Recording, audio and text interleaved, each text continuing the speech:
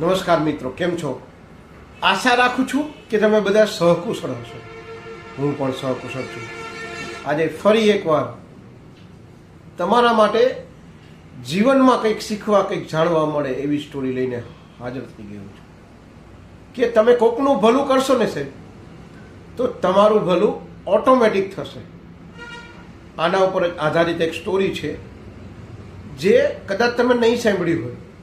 તો ચાલો મોડું ન કરતા આજની સ્ટોરી શરૂ કરીએ છીએ. એની પહેલાં કહેવા માંગીશ કે ચેનલ પર નવા હો તો સબસ્ક્રાઈબ કરી લેજો. વિડીયો જો પસંદ આવે તો લાઈક કરી દેજો. ભાઈબંધ, દોસ્ત, ફેમિલી મેમ્બર સાથે આ વિડીયો શેર જરૂર કરજો. તો ચાલો મોડું ન કરતા આજની સ્ટોરી શરૂ કરીએ છીએ. એક શેઠ આગળ એક ગરીબ છોકરો, જેના મા બાપ કોઈ નહીં. ગરીબ છોકરો મજૂરી કરતો, સાંજે ઘરે આવી અને જમવાનું બનાવી અને સૂઈ જતો. દિનચર્યા આવું, જે પણ કમાતો હોય ખાઈ પીને આનંદ કરતો છે. એક દિવસ ઘરે પાછો જતો હતો. સાંજે શાક બનાવ્યું, 4 રોટલી બનાવી. નાહી ધોઈને ફ્રેશ થઈને પાછો આવ્યો તો જોયું તો 4 નહીં 3 જ રોટલી હતી. હશે કઈ. બીજે દિવસે આવ્યો, નાહી ધોઈને ફ્રેશ થઈ તો આજે 1 રોટલી ખાયો. હવે કે આજ તમારે જોવું છે કે રોટલી અને શાક બનાવીને ગયો પાછો.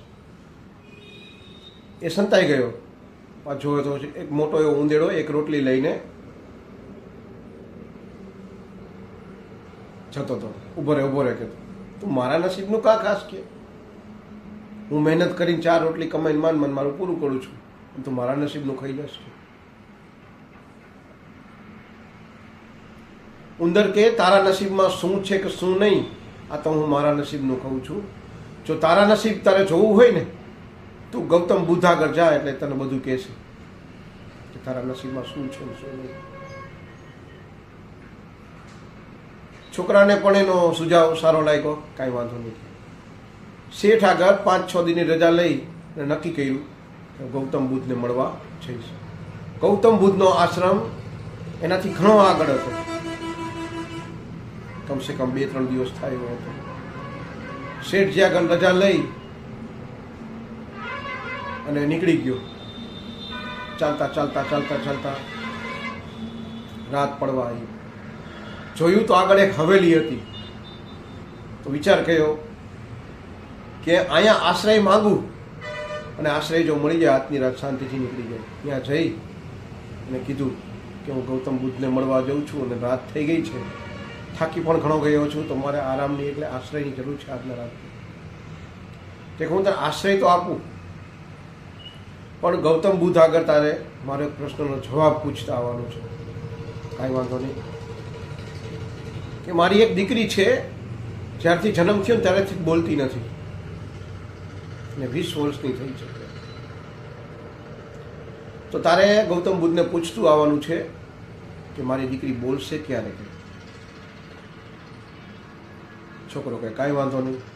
સવારે ઉઠીને પાછો ચાલતો થયો.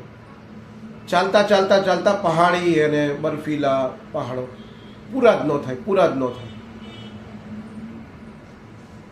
એવામાં એક જાદુગર બેઠો તપસ્યા કરતો હતો. જાદુગરને પૂછ્યું કે પહાડો ક્યારે પૂરા થશે? કે બહુ તકલીફ પડે છે મને પહાડો પાર કરતા. જાદુગર કે હું તને પહાડ તો પાર કરાવી દઉં, પણ તારે જવું ક્યાં છે? કે મારે ગૌતમ બુદ્ધની આ જવું છે. તો કે હું ગૌતમ બુદ્ધની આ પહાડ તને પાર કરાવી દઉં, કે તારે મારો એક પ્રશ્નનો જવાબ ગૌતમ બુદ્ધ પાસેથી લેતું આવવાનું છે. કોઈ વાંધો નહીં. કે કે મારે સ્વર્ગમાં જવું છે અને 1000 વર્ષથી હું તપસ્યા કરું છું. તો ગૌતમ બુદ્ધને પૂછતો આવજે કે હું સ્વર્ગમાં ક્યારે જઈશ. કે છોકરો કહે છે જાદુગરને કાંઈ વાંધો નહીં, પૂછતો આવીશ. જાદુગરે એની એક છડી ચલાવી એટલે છોકરો બધા જ પહાડ પાર થઈ ગયો. ચાલતા ચાલતા એકદમ મેદાન આવી ગયું. હવે ચાલતા ચાલતા થોડેક આગળ જાય છે ને તો એક મોટી નદી આવે છે. છોકરો વિચારે છે કે આ નદી કેવી રીતના હું પાર કરીશ કે તો એક કાચબો દેખાણો. કાચબાને કે તમારી પીઠ ઉપર લઈ અને મને નદી પાર કરાવી દેશો? તો કે આમ તારે ક્યાં જવું છે કે? તો કે આમ મારે ગૌતમ બુદ્ધના આશ્રમે જવું છે.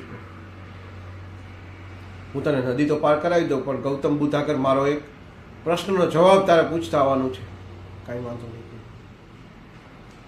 એ કે હું 500 વર્ષથી આ નદીમાં તરું છું અને હું ઈચ્છું છું કે હું ડ્રેગન બનું. તરતા તરતા હું ડ્રેગન બની જાઉં. તો ગૌતમ બુદ્ધને પૂછતા આવજે કે હું ડ્રેગન કેદી બનીશ કે? કાંઈ વાંધો નહીં, પૂછતા આવું છું. કાચબાએ એની પીઠ ઉપર બેસાડી છોકરાને નદી પાર કરાવી દીધી. થોડે આગળ દૂર જતા ગૌતમ બુદ્ધના આશ્રમે છોકરો પહોંચી જાય છે. પહોંચે ત્યાં પ્રવચન ચાલતા હોય છે. પ્રવચન પતી ગયા પછી ગૌતમ બુદ્ધ કહે છે દરેક વ્યક્તિને જેને પ્રશ્ન પૂછવા હોય ને પ્રશ્ન પૂછી શકે છે, પણ દરેક વ્યક્તિ એક વ્યક્તિ ખાલી 3 પ્રશ્નો પૂછી શકે છે. છોકરાએ વિચાર્યું, ભારે કર્યા તમે. 3 પ્રશ્નો તો મારા ખાલે બીજાના જ છે, મારો પ્રશ્ન તો રહી જ જશે. વિચાર કરો, કોનો પ્રશ્ન ન પૂછવું? પહેલું વિચારે છે કે માજીની છોકરી નાનપણથી 20 વર્ષથી બોલતી નથી, તો આ તો પૂછવું જ પડે કે. બીજો વિચારે છે કે જાદુગર 1000 વર્ષથી તપસ્યા કરે છે કે, તો એ પણ ટાઈમ ઓછો તો ન કહેવાય. ત્રીજું વિચારે કે કાચબો નદીમાં 500 વર્ષથી તરે છે, હું તો મારું તો સારું ચાલે જ છે કે હું શાંતિથી શેઠની નોકરી કરું છું, ખાઈ પીને આનંદ કરું છું.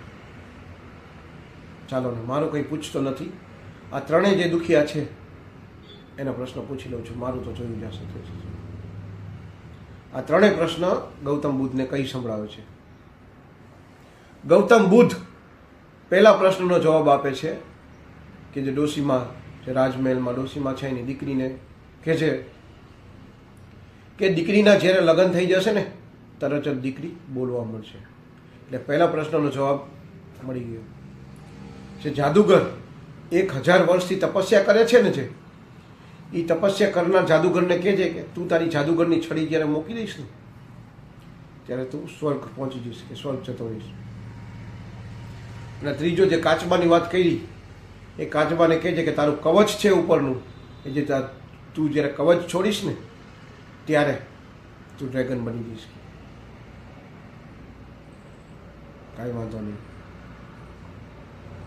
ગૌતમ બુદ્ધને પ્રણામ કરીને છોકરો અહીંયાથી નીકળી ગયો. પહેલી જ નદી આવી તો કાચબાને કહે છે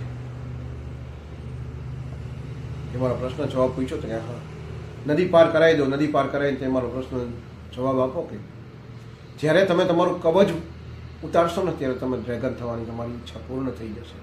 કાચબો જેવો એનું કવચ ઉતારે છે ને ત્યારે મોતીઓના ઢગલા થઈ જાય છે અને કાચબો ડ્રેગન બનીને તરવા માંડે. હવે કે આ મોતીઓ મારે શું કરવા છે? લઈ જા કે તું છોકરાને. મોતીનો કોથળો ભરીને આગળ ચાલવા માંડ્યો. આગળ ચાલતા ચાલતા પહાડી પ્રદેશમાં પાછો એ જાદુગર મળ્યો. જાદુગર કે મારા પ્રશ્નનો જવાબ તમે લાવ્યા? તો કે હા લાવ્યો. તો કે શું કીધું?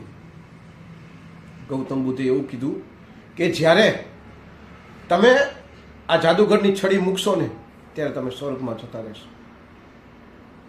તો કે હાલે, હવે તમારે જાદુગરની છડી કોઈ કામ નથી. આ જાદુગરની છડી તું રાખ અને આનો યુઝ આમ કરી શકાશે. જેવી જાદુગરની છડી મૂકે છે ને એ જાદુગર સ્વર્ગલોક જતા રહે છે. ચાલતા ચાલતા ચાલતા મહેલમાં આવે છે ને માજીને કહે છે કે માજી, ગૌતમ બુદ્ધને તમારો પ્રશ્નનો જવાબ હું લાવી ગયો છું. તો કે શું કીધું ગૌતમ બુદ્ધે? ગૌતમ બુદ્ધે કીધું કે તમારી છોકરીના વિવાહ થઈ જશે ને એટલે તમારી છોકરી તરત જ બોલવા મળશે.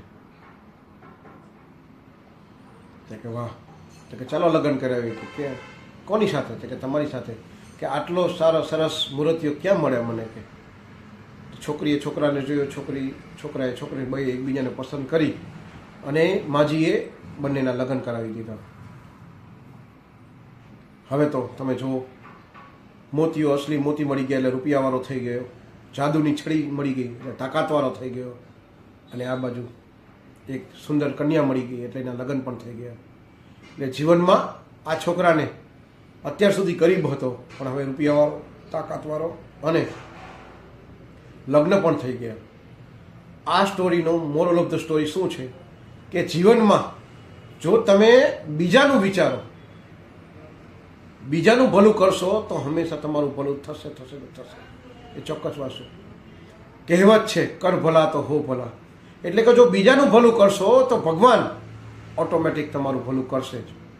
એટલે જીવનમાં પોતાનો સ્વાર્થ ન વિચારતા પોતાનું અને બીજાનું જો ભલું થતું ન પહેલાં બીજાનું ભલું કરજો, ભગવાન એના કરતાં ડબલ ભલું તમારું કરશે. આ સ્ટોરી જો તમને ગમી હોય તો વિડીયોને એક લાઇક કરી દેજો, ભાઈબંધ દોસ્તાર ફેમિલી મેમ્બર સાથે શેર કરજો, અને જે ફેમિલી મેમ્બર અથવા ભાઈબંધ દોસ્તાર દૂર રહેતા હોય ને એને આ સ્ટોરી શેર જરૂર કરજો. તો આજ માટે આટલું જ. જય હિન્દ, વંદે માતરમ દોસ્તો.